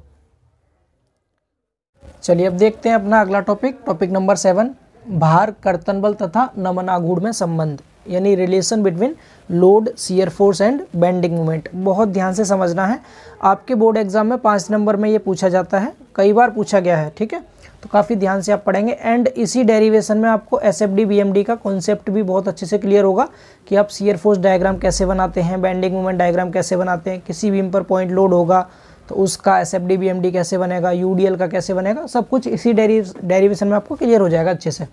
सबसे पहले एक डायग्राम को समझेंगे आप। सपोज ये कोई बीम है, ये कोई भी क्या है, बीम है, ठीक है। मान लिया बीम को नाम दे दिया हमने CD, कोई बीम है और इस पर UDL लगा हुआ है। ध्यान से समझते चलिएगा, इस पर UDL लगा है W किलो न्यूटन पर मीटर का, क्लियर। UDL लगा हुआ था कितना, W किलो न्यूटन पर मीटर का। एंड हमने क्या किया, इस बीम में एक छोटा सा पार्ट ले लिया बीच में, इसको दोनों तरफ से काट दिया और हमने एक सेक्शन कंसीडर कर लिया बीच वाला। इसको यहाँ से कट कर दिया इस साइड से एंड इधर से कट कर दिया आपने यहाँ से, एंड इसको नाम दे दिया A और इसको नाम दे दिया B। हमने क्या किया, AB सेक्शन काट लिया और इसकी चौड़ाई मान लो यहाँ से यहाँ तक जो है ये वाली डेल्टा X है, क्लियर। इतना समझ आ रहा है। तो अब आप इसको लिखेंगे कैसे, थोड़ा सा आपको स्टार्टिंग में जब भी कोई डेरिवेशन करते हैं हम तो उसके थ्योरी पार्ट लिखते हैं थोड़ा सा। इसमें लिखना है आपको, माना चित्र में एक बीम CD दिखाई गई है, जिस पर W किलो न्यूटन पर मीटर का UDL लगा हुआ है। बीम के एक छोटे से भाग जिसकी लंबाई डेल्टा x है, AB पर विचार करने पर, अब हम इस AB पर विचार करेंगे, तो मैं इस AB को अलग से नीचे बना लेता हूँ। यहाँ पर यह आपने AB पार्ट बना लिया, ये वाला, ठीक है, ये AB सेक्शन आपने यहाँ बना दिया, जिस पर ये वाला UDL लगा हुआ है। UDL की इंटेंसिटी कितनी है? W किलो न्यूटन पर मीटर। ध्यान से समझिएगा, ठीक है, ये A है और ये B है, इधर वाला पॉइंट B है, ठीक है। अब अगर आप इसको ध्यान से देखेंगे तो आपने क्या देखा, अभी मैंने पीछे ही आपको बताया था, जब हम यहाँ से कोई सेक्शन काटते हैं तो इधर वाला ये लोड था UDL नीचे की ओर काम कर रहा था। जब लोड नीचे की ओर लग रहा है तो ऊपर की ओर एक शियर फोर्स उत्पन्न होगा, और मान लिया यहाँ पर जो शियर फोर्स उत्पन्न हो रहा है इसके किस पर? B सिरे पर। यहाँ पर जो शियर फोर्स उत्पन्न हो रहा है वो मान लिया अपने F है। क्लियर? शियर फोर्स के साथ साथ इसमें एंटी क्लॉकवाइज मूवमेंट भी उत्पन्न होगा एक, और जो एंटी क्लॉकवाइज मूवमेंट उत्पन्न हो रहा है वो मान लिया कितना है? M है। इतना समझ आ रहा है सभी को? ये क्लियर है ना? ये कौन से सिरे पर हुआ है? B पर। ऐसे अगर हम आगे बढ़ते जाएंगे तो लोड की वैल्यू बढ़ रही है साथ साथ, क्योंकि इसकी लेंथ यहाँ से यहाँ तक कितनी है? डेल्टा x है ये। तो इस वाले सिरे पर आकर क्या होगा? नीचे की ओर आपका शियर फोर्स काम करेगा, जिससे कि आपका ये सेक्शन संतुलन में रहे। तो नीचे की ओर जो शियर फोर्स लगेगा इसमें, इस शियर फोर्स की वैल्यू क्या होगी? यहाँ पर तो F थी, अब यहाँ से यहाँ तक जब लोड की वैल्यू बढ़ रही है तो साथ में शियर फोर्स भी बढ़ेगा, और शियर फोर्स बढ़ के यहाँ पर मान लिया F प्लस डेल्टा F हो गया। मान लिया डेल्टा F आपका बढ़ गया शियर फोर्स, एंड यहाँ पर बेंडिंग मूवमेंट आपका एंटी क्लॉकवाइज में M काम कर रहा था, तो इधर को क्या होगा? क्लॉकवाइज डायरेक्शन में, ऐसे क्लॉकवाइज डायरेक्शन में मान लिया आपने बेंडिंग मूवमेंट M और प्लस में डेल्टा M, इतना बेंडिंग मूवमेंट कार्य कर रहा है। ये डायग्राम बहुत इंपॉर्टेंट है, इसको आप एक बार फिर से सुनिए। कोई बीम थी, UDL लगा हुआ था W किलो न्यूटन पर मीटर का, आपने सेक्शन काट दिया AB। जब आपने B काटा तो B सिरे पर ऊपर की ओर shear force F and anticlockwise bending movement M कार्य कर रहा है, एंड इसके A सिरे पर, इस वाले A सिरे पर शियर फोर्स नीचे की ओर F plus delta F and bending movement M plus delta M कार्य करेगा, जो इन दोनों के अपोजिट डायरेक्शन में होगा। शियर फोर्स यहाँ ऊपर था तो इधर नीचे की ओर होगा, ये मूवमेंट एंटी क्लॉकवाइज तो इधर होगा क्लॉकवाइज, ठीक है, ताकि ये सेक्शन आपका संतुलन में बना रहे। अब आपको यहाँ पर क्या करना है? इक्विलिब्रियम की कंडीशन लगानी है और इन सब में रिलेशन निकाल देना है इस डायग्राम को देखते हुए। तो हम यहाँ पर लिखेंगे संतुलन की अवस्था में। ध्यान से सुनिएगा, क्या लिखना है आपको? संतुलन की अवस्था में। संतुलन की अवस्था में, अवस्था में हिंदी में आप बोल सकते हैं in equilibrium condition. In equilibrium condition. Equilibrium condition क्या होती है? इक्विलिब्रियम कंडीशन जब हम फोर्स के लिए लगाएंगे, एक तो आपको फोर्स के लिए पढ़नी है सिग्मा Fy बराबर 0, वर्टिकल फोर्स लग रहे हैं इसमें, सिग्मा Fy बराबर 0। इसमें आप ध्यान रखना, ऊपर की ओर जो फोर्स लग रहे हैं उन्हें पॉजिटिव, और नीचे की ओर जो फोर्स लगेंगे उन्हें नेगेटिव। या दूसरी तरह से आप ये कर सकते हैं, जो फोर्स ऊपर की ओर है उन्हें एक साइड कर लो, इक्वल में नीचे की ओर वाले फोर्स एक तरफ कर लो। तो ऊपर की ओर कौन कौन से फोर्स लग रहे हैं इसमें? ऊपर की ओर ये F फोर्स लग रहा है, कौन सा? F ऊपर की ओर है। और नीचे की ओर कौन से है? नीचे की ओर एक तो ये W था आपका, ये वाला जो स्मॉल W है, तो इसको तो हमने ऊपर की ओर वाला F ले लिया, इक्वल में लेंगे नीचे की ओर कौन कौन से फोर्स एक्ट कर रहे हैं? W लग रहा है। अब ये UDL है, मैंने आपको पढ़ाया था टाइप्स ऑफ लोड में, जब भी UDL लग रहा हो किसी बीम पर तो हम उसमें लेंथ से मल्टीप्लाई करते हैं टोटल लोड निकालने के लिए, बताया था ना आपको। तो यहाँ पर क्या हो जाएगा? W इंटू डेल्टा X, ये हो गया, नीचे की ओर लग रहा था इसलिए हमने इसको दूसरी साइड लिया है, एंड नीचे की ओर ये आपका F प्लस डेल्टा F, ये वाला फोर्स एक्ट कर रहा है, तो प्लस में F प्लस डेल F, ये दूसरा वाला फोर्स हो गया। समझ पा रहे हैं? तो ऊपर की ओर तो आपका लग रहा था F, इसको ले लिया इस साइड, इक्वल में ले लिया हमने नीचे की ओर वाले force W into delta X, इसकी लेंथ हो गई, प्लस में एक नीचे की ओर ये वाला शियर फोर्स कार्य कर रहा है F प्लस डेल्टा F। यहाँ तक क्लियर हुआ? मूवमेंट को यहाँ पर आपको नहीं लेना, क्योंकि हम यहाँ पर फोर्स वाली कंडीशन हमने भी लगाई है। अगर आप इसको आगे सॉल्व करेंगे तो ध्यान से देखिए आगे क्या हो जाएगा। ये F है, तो F और F कैंसिल हो गया, ये वाला F और ये वाला F कट गया, क्या बचा? इस साइड तो 0 बचा, और इस साइड क्या बच गया आपका? Small W into del X plus में इधर डेल F बच गया। समझ आ रहा है? W वाले पार्ट को इधर ले जाओ तो क्या हो जाएगा? ये माइनस हो जाएगा इधर जाके, माइनस में W into del X equal to del F। Clear? इस डेल X को इधर ले आएंगे तो क्या मिल जाएगा आपको? Del F upon del X equal to minus W। ये आ गया आपका एक रिलेशन। ये क्या आ गया? एक रिलेशन। किस किस में? शियर फोर्स और लोड में रिलेशन आ गया। आप यहाँ से क्या कह सकते हैं? The change of rate of shear force is equal to the applied load. समझ पा रहे हैं ना? यानी यहाँ लिख भी सकते हैं आप, पहले हिंदी में लिखते हैं क्या? कर्तन बल कर्तन बल के परिवर्तन की दर, परिवर्तन की दर जो लोड लगाया आपने भार के बराबर होती है, भार के बराबर होती है,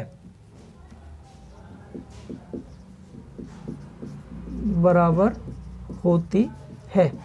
इतना समझ आ रहा है? इंग्लिश में आप कह दीजिएगा रेट ऑफ चेंज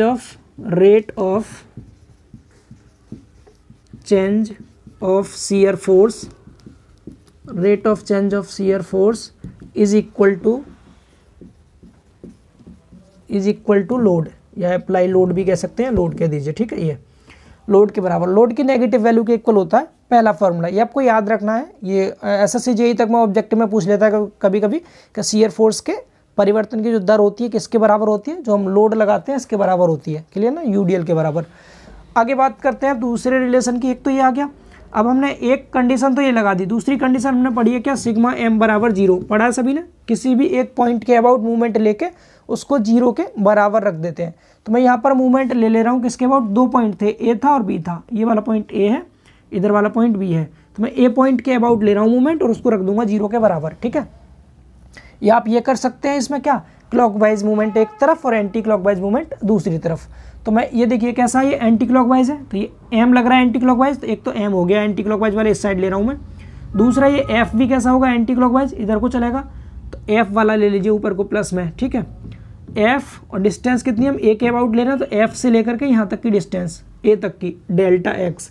ध्यान क्या रखना, हम एम तो पहले से ही मूवमेंट है, इसमें दूरी से आपको मल्टीप्लाई नहीं करना है। ये एफ जो था फोर्स था, इसमें दूरी से मल्टीप्लाई करेंगे, तो फोर्स में हमने डेल्टा एक्स से कर दिया मल्टीप्लाई। इतना समझ आया? ये तो हो गया आपका कौन सा वाला, ये एंटी क्लॉकवाइज वाला हो गया। अब डब्लू नीचे की ओर लग रहा है तो नीचे की ओर वाला हो जाएगा क्लॉकवाइज ऐसे, तो इसको इस साइड ले लो, इक्वल के इस साइड, डब्लू इंटू में डेल्टा एक्स, ये तो हो गया टोटल लोड, यूडीएल था ना ये, इसलिए total load W into delta x आएगा, टोटल लोड इंटू डिस्टेंस। हमेशा यूडीएल सेंटर पे कार्य करता है, सेंटर मतलब आधी दूरी पर कार्य करेगा, तो इसमें दूरी कितनी लेंगे यूडीएल की, हाफ ले लेंगे, डेल्टा एक्स बाई 2, ठीक है, ये वाला। यहाँ तक समझ आया? क्या क्या किया, जो एंटी क्लॉकवाइज थे ऊपर वाले, एफ हो गया एफ इंटू डेल्टा एक्स, और एम को एम रखा सिर्फ क्योंकि मूवमेंट था, बराबर में नीचे की ओर क्या लग रहा है, एक तो डब्ल्यू लग रहा था ये वाला, डब्ल्यू इंटू डेल्टा एक्स, ये तो यूडीएल है, टोटल लोड हो गया, और दूरी हमेशा यूडीएल में आधी लेते हैं, डेल्टा एक्स बाई 2। एंड इसके बाद देखेंगे आप इस पॉइंट पर जाओ, शियर फोर्स नीचे की ओर लग रहा है, लेकिन इसकी दूरी ए पर 0 होगी क्योंकि ए पे ही लग रहा है ये, फिर भी हम इधर लिख लेते हैं इसको एफ प्लस में डेल्टा एफ, ये वाला फोर्स था और दूरी कितनी इसकी 0 है, 0 से मल्टीप्लाई कर दिया, ठीक है। एंड ये है आपका मूवमेंट, मूवमेंट में डिस्टेंस से मल्टीप्लाई नहीं करते, तो ये क्या हो जाएगा आपका प्लस में एम प्लस डेल्टा एम, ये मूवमेंट हो गया। यहाँ तक समझ आ रहा है? अब इसको सिंप्लीफाई कर लीजिए, तो यहाँ देखिए क्या क्या कट गया, ये एम था प्लस का और ये एम कैंसिल हो गया, ठीक है, और ये तो 0 हो ही गया, बचा क्या क्या, यहाँ बचा आपका एफ इंटू डेल्टा एक्स बराबर, इधर बचेगा डब्ल्यू और डेल्टा एक्स का स्क्वायर बाई 2, प्लस में इसका मल्टीप्लाई 0 में करेंगे, ये पूरा 0 हो गया, इधर बचा प्लस में डेल्टा एम। यहाँ तक क्लियर सभी को?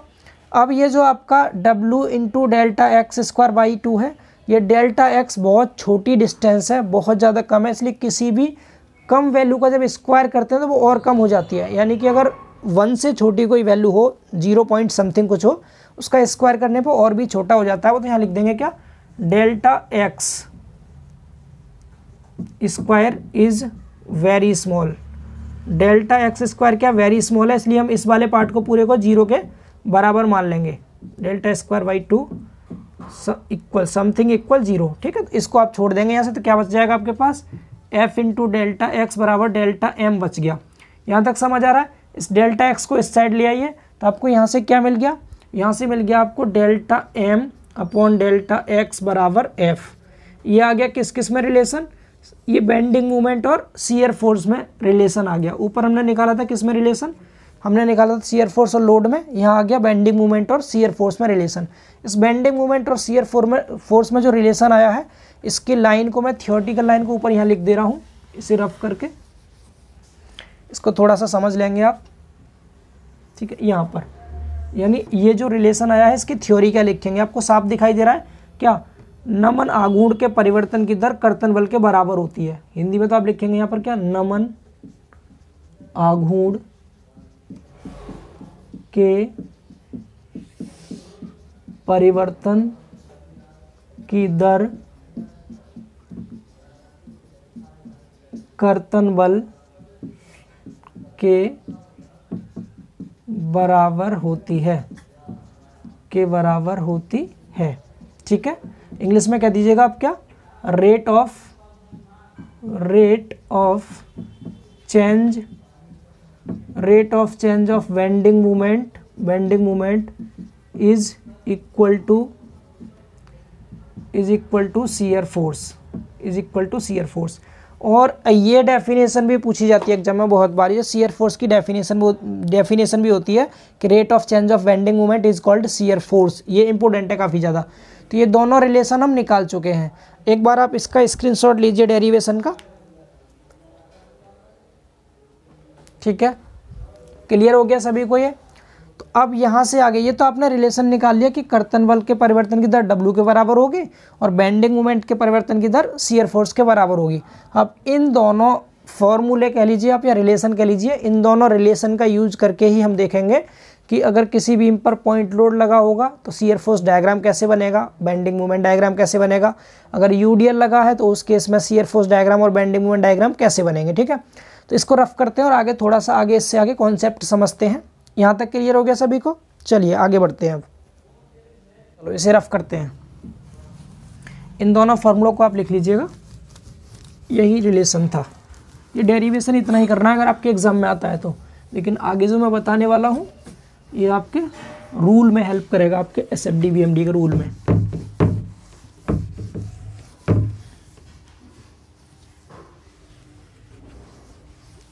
हमने अभी क्या देखा, हमने देखा कि कोई बीम थी, अगर उस बीम पर यूडीएल लगा हुआ था, क्या लगा था, यूडीएल, कितना यूडीएल, W किलो न्यूटन पर मीटर का यूडीएल अगर इस पर लगा हुआ है तो यहाँ से हमने रिलेशन देखा कि जो शियर फोर्स के परिवर्तन की दर आई थी किसके बराबर आई थी, -W के। एंड दूसरा रिलेशन हमने देखा कि बेंडिंग मोमेंट के परिवर्तन की जो दर थी वो आई है शियर फोर्स के बराबर, ठीक है। ये दो हम देख चुके हैं। अब इन्हीं का यूज करके आगे हम बात करने वाले हैं। किसी बीम पर अगर पॉइंट लोड होगा तो उस केस में रिलेशन क्या रहेगा, डायग्राम कैसे बनेंगे। तो यहाँ पर पहला और फर्स्ट पॉइंट लिखेंगे आप लोग, फॉर पॉइंट लोड, यानी बिंदु भार के लिए, बिंदु भार के लिए देखिए क्या होगा। अब अगर पॉइंट लोड लग रहा हो बीम पर तो हम यहाँ देखेंगे del f upon del x बराबर, यहाँ W की जगह हो जाएगा 0, क्योंकि इस पूरे बीम पर कहीं भी पॉइंट लोड नहीं है, केवल यूडीएल था, इसलिए W के प्लेस पर 0 कर देंगे आप। यहाँ तक समझ आ रहा है। डेल एक्स को अगर आप इधर ले गए तो आपको यहाँ से क्या मिल गया, जो डेल एफ आ जाएगा आपका क्या आ जाएगा, कॉन्स्टेंट आ गया ये, या डेल एफ बराबर 0, डेट मीन्स एफ क्या हो गया, यहाँ से एफ इक्वल टू कॉन्स्टेंट हो गया। कॉन्स्टेंट मतलब स्थिर रहेगा एफ का मान क्या होगा, स्थिर होगा। स्थिर कांस्टेंट का मतलब क्या हो गया, जैसे ये कोई बीम है और इस बीम पर अगर यहाँ पर क्या लग रहा है, पॉइंट लोड लगा हुआ है, और मैंने कहा आप इसका क्या बनाइए, इसका आप शियर फोर्स डायग्राम बनाइए, ठीक है। तो इसमें मैंने बोला यहाँ पर शियर फोर्स एफ कांस्टेंट रहेगा, स्थिर रहेगा। कांस्टेंट का मतलब है वैल्यू बदलेगी नहीं शियर फोर्स की अगर पॉइंट लोड आएगा। तो बिल्कुल स्ट्रेट लाइन आपको चलना है। कैसे चलना है, एसएफडी में स्ट्रेट लाइन चलना है, स्ट्रेट लाइन चलना है। बिल्कुल उसी भाषा में लिख रहा हूँ आपको मैं, जिसमें समझ में आ जाए। स्ट्रेट लाइन चलना है आपको। स्ट्रेट लाइन से मतलब क्या, जैसे मैंने यहाँ लाइन खींच ली कोई एक, अब ये W लोड है, बिल्कुल बीच में लग रहा है, सपोज डेट कहाँ लग रहा है, मिड में लग रहा है, ये L/2 इधर और यहाँ भी L/2 डिस्टेंस पर। तो अगर बीच में लग रहा है तो आधा लोड तो इधर आएगा रिएक्शन पर W/2 और आधा इधर आएगा W/2। मैं अभी समझाने के लिए, इस पॉइंट को क्लियर करने के लिए आपको बता रहा हूँ। तो यहाँ से ऊपर कितना लग रहा है, W/2, आप ऊपर गए W/2, यहाँ तक आगे सपोज कितना, W/2। इसके बाद पॉइंट लोड है यहाँ से यहाँ तक, तो आपको क्या करना है, कांस्टेंट चलना, बिल्कुल सीधे चलना है। कहाँ तक, यहाँ तक। इस पॉइंट तक बिल्कुल सीधे चलेंगे कांस्टेंट, ये चल दिए, ठीक है सीधे। तो मैं यही कहना चाह रहा था, जब शियर पॉइंट लोड आता है किसी बीम पर तो शियर फोर्स डायग्राम में एसएफडी में कैसे चलते हैं, स्ट्रेट लाइन चलते हैं, क्योंकि यहाँ पर एफ जो है आपका शियर फोर्स कांस्टेंट रहता है इसलिए। तो यहाँ से और यहाँ तक बीम में शियर फोर्स क्या होगा, बिल्कुल कांस्टेंट होगा। इसके बाद नीचे को डब्ल्यू लोड आया तो आप नीचे को डब्ल्यू आ जाओ, तो यहाँ से यहाँ तक W/2 था, तो W/2 तो ये हो गया, और नीचे और आ गया आप W/2 यहाँ तक। इसके बाद से फिर आपको यहाँ तक पहुँचना, तो ये बिल्कुल कांस्टेंट जाएगा ऐसे, ठीक है। मैं आपको बनवा के दिखाऊंगा आगे भी। तो मैं ये कहना चाह रहा था कि जैसे अगर पॉइंट ये ए है, ये बी है और ये सी है, तो सी पॉइंट पे अगर क्या लग रहा है आपका, पॉइंट लोड लग रहा है, तो बी से सी तक बिल्कुल कांस्टेंट, और सी से ए तक भी कैसे चलेंगे आप, कांस्टेंट चलेंगे, ठीक है। तो कांस्टेंट मतलब होता है सीधी लाइन। जब भी पॉइंट लोड आएगा कैसे चलना है आपको, स्ट्रेट लाइन। अभी आप इसको लेके कंफ्यूज मत होना, मैं सिर्फ ये समझाना चाह रहा था स्ट्रेट लाइन होता क्या है, ठीक है। अभी मैं इसको हटा रहा हूँ, ये समझाऊंगा बाद में। आपको सिर्फ मतलब इतना समझना है, यहाँ अगर एफ कांस्टेंट है, शियर फोर्स कांस्टेंट है, डेट मीन्स एसएफडी में आप कैसे चलेंगे, स्ट्रेट लाइन चलेंगे, ठीक है। यहाँ तक क्लियर हुआ। अब आगे बात करते हैं, ये तो कांस्टेंट आपने एफ निकाल लिया। अब आप दूसरा रिलेशन देखिए, दूसरा रिलेशन क्या है यहाँ पर, चूँकि del m upon del x बराबर क्या एफ है, इस डेल एक्स को इधर ले जाओ तो डेल एम इक्वल टू क्या आ जाएगा, एफ इंटू डेल एक्स आ जाएगा, ठीक है। अब यहाँ से आगे मुझे क्या निकालना है, मुझे निकालना है बेंडिंग मोमेंट की वैल्यू। जैसे मैंने यहाँ पर शियर फोर्स की वैल्यू निकाली, कांस्टेंट आई थी इस वाले रिलेशन से, मुझे इस रिलेशन से निकालना है बेंडिंग मोमेंट की वैल्यू। तो मैं यहाँ से कर दूंगा दोनों तरफ का इंटीग्रल, क्या कर दूंगा, integral, integral on both side, both side, दोनों साइड का इंटीग्रल इधर का करेंगे तो डेल एम इक्वल टू इस साइड का करेंगे तो एफ इंटू डेल एक्स। यहाँ एम के रिस्पेक्ट में कर रहे हैं, वन मान लेंगे अपनी तरफ से, अब वन, ठीक है। एफ आपका कांस्टेंट है, अभी आपने पीछे देखा, तो आप सब ने इंटीग्रल पढ़ा होगा, मैथ सब ने पढ़ा है। तो कांस्टेंट जब भी कोई चीज़ होती है उसको इंटीग्रल से बाहर ले लेते हैं, इसको बाहर ले लिया, integral of one into del x बचेगा, ये समझ आ रहा है इतना। तो वन का एम के रिस्पेक्ट में इंटीग्रल एम हो जाएगा, एफ यहाँ पहले से है, एक्स के रिस्पेक्ट में वन का इंटीग्रल एक्स हो जाएगा, प्लस में कांस्टेंट सी जोड़ देते हैं, ये आपने पढ़ा होगा, इंटीग्रल का रूल होता है। तो यहाँ से एम बराबर क्या आ गया आपका, एम बराबर एफ एक्स प्लस सी आ गया। क्या आप सभी ने एक इक्वेशन ये वाली पढ़ी है, लाइन की इक्वेशन, क्या y equal to m x plus c, पढ़ा है सभी ने ये पढ़ा है। ये कौन सी है, लीनियर इक्वेशन होती है ये, ठीक है। या आप ये कह सकते हैं इसको इंक्लाइंड होती है, इस तरह से, ये एक्स अक्ष है, ये वाई अक्ष है, तो आप इस तरह वाई अक्ष पर अंतःखंड सी काटती हुई ऐसी लाइन जाती है, कैसी, इंक्लाइंड लाइन, इंक्लाइंड जा रही है ना, ये यहाँ से यहाँ तक ये सी हो जाता है ये वाला, और ये जो लाइन होती है y बराबर एम एक्स प्लस सी होती है, ये वाली लाइन, समझ आ रहा है सभी को।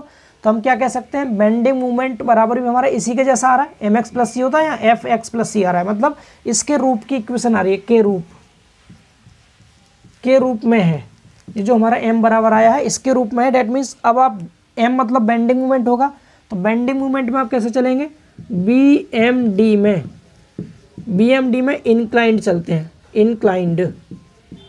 इंक्लाइंड चलते हैं। ये दो पॉइंट आप सबको याद कर लेने हैं, ये दोनों पॉइंट आप सबको याद रखने हैं कि अगर किसी भी बीम पर क्या आ गया, पॉइंट लोड आ गया, तो उस केस में एसएफडी में तो स्ट्रेट लाइन चलेंगे सीधे सीधे, और बीएमडी में कैसे चलेंगे, इनक्लाइंड चलेंगे, ठीक है। जैसे अभी मैंने आपके सामने एक बीम ली थी ना, ये सिंपली सपोर्टेड बीम थी जैसे ये वाली, और यहाँ पर बीच में पॉइंट लोड डब्ल्यू लगा रखा था आपने। तो मैंने कहा था क्या, आपने अभी देखा था बना करके, तो हमने इसका शियर फोर्स डायग्राम बनाया था, हमने क्या देखा था, ऊपर को इधर W/2 चले थे यहाँ तक, फिर नीचे W आए थे यहाँ, इस तरह से इसका एसएफडी बना था।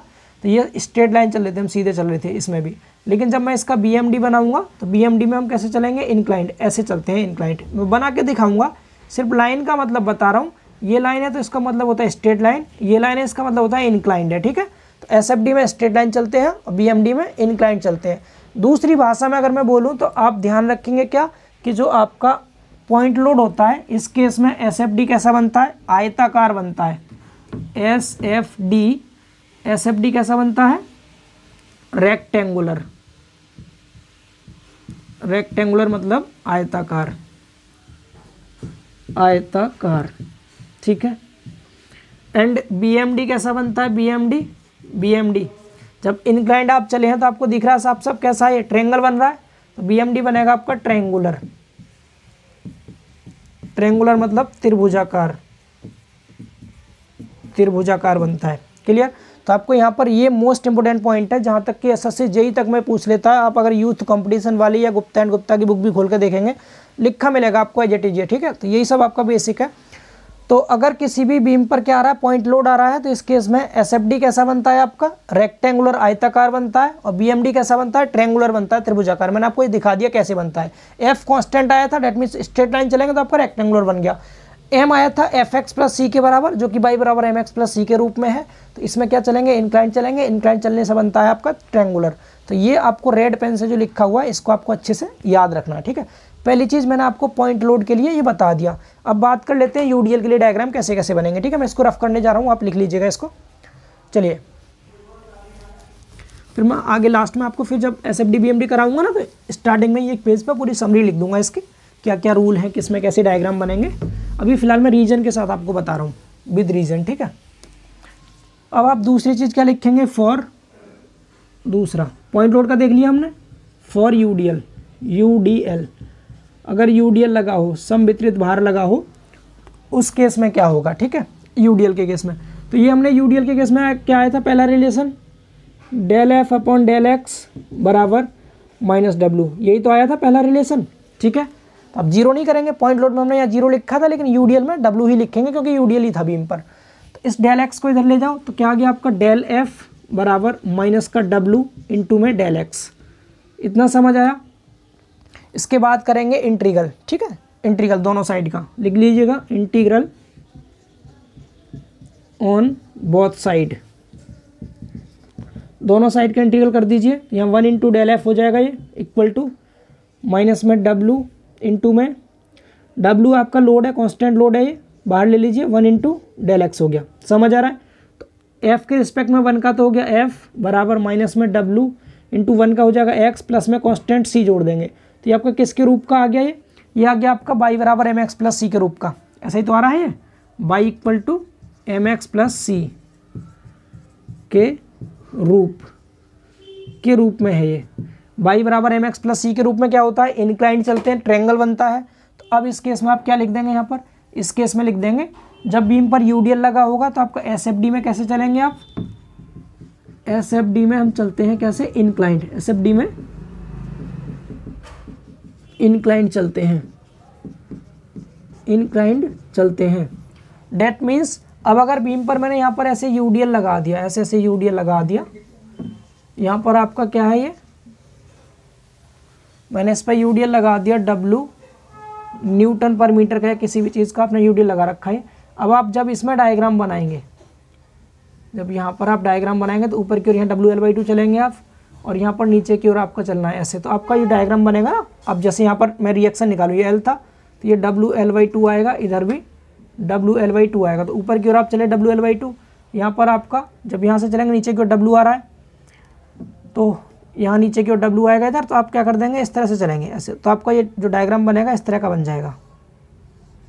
ऐसा मैं आपको सिखाऊंगा आगे। मैं कहना ये चाह रहा था कि इनक्लाइंड का मतलब आप इसमें ऐसे चलेंगे, इस तरह से इनक्लाइंड ऐसे, ठीक है। तो कह देंगे क्या, जब बीम पर यूडीएल आएगा तो आपका अब ये एसएफडी ही बन जाएगा, ट्रायंगुलर शेप का।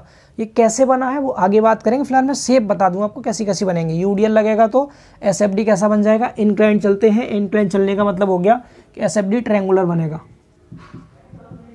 एसएफडी इस केस में कैसा बनेगा, ट्रायंगुलर, ट्रायंगुलर मतलब त्रिभुजाकार, त्रिभुजाकार। मैं रीजन बता रहा हूँ ना, आपने कई बार देखा होगा बुक में लिखा हुआ, डायग्राम देखेंगे आप, यूडीएल आएगा जैसे ही आप एसएफडी में त्रिभुजाकार चल देंगे, और बीएमडी बनाएंगे तो पैराबोला चलेंगे। उन सबके रीजन बता रहा हूँ क्यों पैराबोला ही बनता है, वो यहाँ से समझ में आएगा आपको, ठीक है। इतना समझ आया, इसको मिटा रहा हूँ अभी के लिए। आगे देखिए, अब बात करते हैं बीएमडी वाले। एसएफडी का समझ गए हम, जब भी यूडीएल होगा एसएफडी में कैसे चलेंगे आप, इंक्लाइंड चलेंगे, मतलब ट्रायंगुलर शेप बनेगी, त्रिभुजाकार शेप बनेगी। अब दूसरा रिलेशन ले लीजिए, दूसरा रिलेशन क्या है, del m upon del x बराबर एफ है, ठीक है। इस डेल एक्स को आप इस साइड ला सकते हैं, तो डेल एम बराबर क्या हो जाएगा, एफ इंटू में डेल एक्स।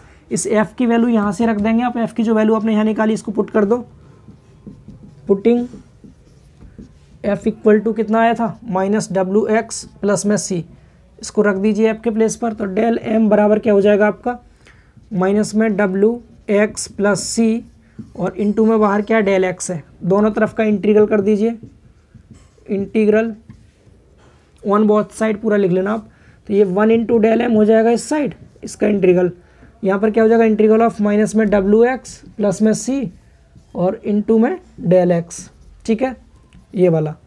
तो 1 का तो m के रिस्पेक्ट में m हो गया, माइनस डब्ल्यू तो कांस्टेंट है, x का इंटीग्रल हो जाएगा एक्स स्क्वायर बाई 2, ठीक है, प्लस c कांस्टेंट है, c के साथ में x लग जाएगा और नया कांस्टेंट c1 आ जाएगा। ये सभी को समझ आ रहा है? तो ये क्या बन रहा है, ये आपकी 2 घात वाली इक्वेशन बन रही है।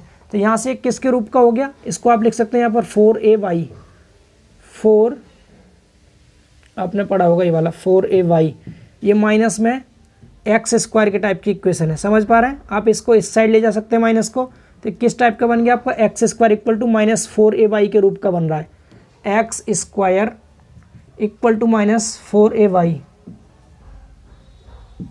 के रूप में। क्योंकि ये आपका m था, m मतलब यहाँ बाई समझ सकते हैं आप, जो भी आपका कांस्टेंट पार्ट है उसको इधर ले जाए, मैंने minus 4ay equal to a x square के टाइप का है, और x square equal to minus 4ay बेटा ये पैराबोला होता है। क्या होता है, पैराबोला, बाई एक्स पे नीचे की ओर बनता है, ऐसे करके पैराबोला होता है ये वाला, ठीक है, ये ऐसे करके पैराबोला होता है। इसीलिए अब इसमें जो आपका BMD बनेगा, BMD में कैसे चलेंगे आप, पैराबोलिक चलेंगे। यहाँ से हमें समझ आ रहा है क्या होता है, ये पैराबोला होता है। इसमें लिख देता हूँ यहाँ पर क्या होता है, ये वाला आपका पैराबोला, पैराबोला के रूप में। अभी आपको यहाँ से पैराबोला के रूप में मिल गया, तो आप क्या कह देंगे अब इसमें आप बोल देंगे कि BMD में, पहले ऐसे लिख देते हैं BMD में कैसे चलते हैं, पैराबोलिक, पैराबोलिक चलते हैं। BMD में कैसे चलते हैं, पैराबोलिक चलते हैं, ठीक है। एंड यहाँ आप लिख सकते हैं डायग्राम कैसा बनेगा, तो BMD आपका बन जाएगा, यहाँ ट्रायंगुलर बन रहा था, यहाँ बन जाएगा कैसा, पैराबोलिक, पैराबोलिक यानी परवलयिक बनेगा, परवलयिक हिंदी में, समझ पा रहे हैं? परवलयिक आपका डायग्राम यहाँ पर बन जाता है, दिख रहा है बिल्कुल। तो आपको यहाँ से ये भी समझ आ गया, अगर UDL लगेगा बीम पर तो SFD कैसा बनेगा आपका, ट्रायंगुलर बनेगा, और BMD कैसा बनेगा, पैराबोलिक बनेगा। जैसा कि अभी मैंने आपके सामने ये बीम बनाई थी, ये बीम है, अगर आपने इस पर UDL लगा रखा है, UDL ये वाला ऐसे करके, तो यहाँ पर UDL में जो आपका SFD बनेगा वो तो कैसा बनेगा, ट्रायंगुलर बन जाएगा इस तरह से, ट्रायंगुलर, ठीक है, दिखाऊंगा आगे बना के। और BMD जो बनेगा वो कैसा बनेगा आपका, पैराबोलिक बनेगा इस तरह से, ऐसे, ऐसा वाला ही पैराबोला तो है, इस तरह का पैराबोलिक बनेगा। यहाँ से आपको सभी कॉन्सेप्ट क्लियर होंगे, ठीक है।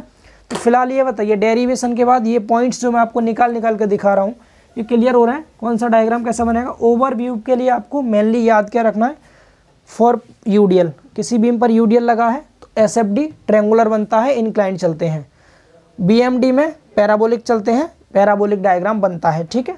पॉइंट लोड में क्या लिखवाया था, SFD में स्ट्रेट लाइन चलते हैं, रेक्टेंगुलर बनेगा, BMD में ट्रायंगुलर बनता है, इंक्लाइंड चलते हैं। ये चारों पॉइंट क्लियर हुआ ना। मैं इसको मिटा करके इन शॉर्ट लिख दे रहा हूँ आपको, हटा दें, से हटाते हैं, लिख लीजिएगा। अब मैं आपको इन शॉर्ट लिख दे रहा हूँ UDL, अब UBL का नहीं कर रहे सॉल्व, UBL के लिए मैं आपको डायरेक्ट लिख दे रहा हूँ, ठीक है। पॉइंट लोड UDL तक का ही आपके सिलेबस में, वहाँ तक का लिख लेते हैं। हालांकि क्वेश्चन UBL के भी करेंगे हम, लेकिन उसका डेरिवेशन नहीं दे रखा है। चलिए, तो यहाँ पर आप शॉर्ट में लिख लीजिए कुछ पॉइंट जो मैं आपको लिखने जा रहा हूँ। पहला पॉइंट क्या, फॉर पॉइंट लोड, अगर पॉइंट लोड होगा तो यहाँ लिख दीजिए ऊपर SFD। SFD कैसा बनेगा, ऐसे लाइन खींच दे रहा हूँ ना, इस तरह से छोटा सा पॉइंट SFD आपने देखा पॉइंट लोड में कैसा बना था, आयताकार बना था, हिंदी में तो कह दीजिएगा आयताकार यानी कि रेक्टेंगुलर बनेगा, ठीक है। एंड BMD कैसा बनेगा, BMD आपने देखा ट्रायंगुलर बन रहा है, त्रिभुजाकार मतलब ट्रायंगुलर। ऐसे ही फॉर UDL के लिए आपने क्या देखा, अगर UDL लगा था तो SFD बन रहा था आपका त्रिभुजाकार यानी ट्रायंगुलर, और BMD बन रहा था आपका परवलय। मतलब पैराबोलिक, पैराबोलिक। और ये पैराबोलिक कौन सा था आपका, एक्स स्क्वायर बराबर -4ay, मतलब एक्स स्क्वायर वाला था, स्क्वायर पैराबोला जिसे कहेंगे, ठीक है। एंड तीसरा लिख लीजिए आप क्या, अगर यूबीएल लगा होगा, फॉर यूवीएल, इसका डेरिवेशन नहीं कराया है क्योंकि आपके सिलेबस में नहीं है डेरिवेशन यूबीएल का, तो यूबीएल के लिए आप डायरेक्ट लिख लेंगे क्या, देखिए यहाँ आयताकार ट्रेंगुलर, फिर ये ट्रेंगुलर यहाँ आ गया, ये पैराबोलिक, तब यहाँ आ जाएगा पैराबोलिक, यानी परवलय आ जाएगा, परवलय पैराबोलिक। और कौन सा पैराबोलिक, 2 डिग्री वाला, एक्स स्क्वायर वाला। यहाँ आ जाएगा, यहाँ भी आएगा पैराबोलिक, लेकिन क्यूबिक पैराबोलिक आएगा। यहाँ कौन सा, cubic parabolic, cubic parabolic, cubic मतलब x की पावर 3 वाला, ठीक है। यहाँ पैराबोलिक। डायग्राम दोनों के सेम ही बनते हैं, पैराबोला क्यूबिक पैराबोला में कोई बहुत ज़्यादा विशेष अंतर नहीं आएगा डायग्राम में, बस डिफरेंस कितना रहेगा लिख देंगे साथ में कि ये क्यूबिक पैराबोलिक है या पैराबोलिक है यूबीएल के केस में, ठीक है। बाकी आयत आप सबने देखा है, ट्रेंगल देखा है, पैराबोला देखा है, स्क्वायर क्यूबिक पैराबोला में डायग्राम लगभग सेम ही बनते हैं। ध्यान क्या रखना आपको, इस पे जब एसएफडी बनाएंगे तो लिख देना एक्स स्क्वायर वाला पैराबोला, बीएमडी में लिख देंगे अब क्यूबिक पैराबोला। मैं आपको कराऊंगा सब कुछ, ठीक है। फिलहाल ये बताइए, ये पॉइंट क्लियर होना आप सभी को, ये क्लियर है। तो इन्हीं सब पॉइंट को आपको याद रखना है। अब मैं नेक्स्ट लेक्चर लेके आऊँगा जो कि आपके लिए बहुत ज़्यादा यूजफुल होगा, जिसमें हम एसएफडी बीएमडी बनाना सीखेंगे। तो एक बार फिर से मैं वहाँ पर सब कुछ आपको रिवाइज करूँगा स्टार्टिंग में 5 मिनट तक, कि पॉइंट लोड पर क्या होगा, यूडीएल पर क्या होगा, यूबीएल पर क्या होगा, रिलेशन क्या होता है, फिर से रिवाइज कर देंगे। सिर्फ फॉर्मूले, डेरिवेशन नहीं होगा।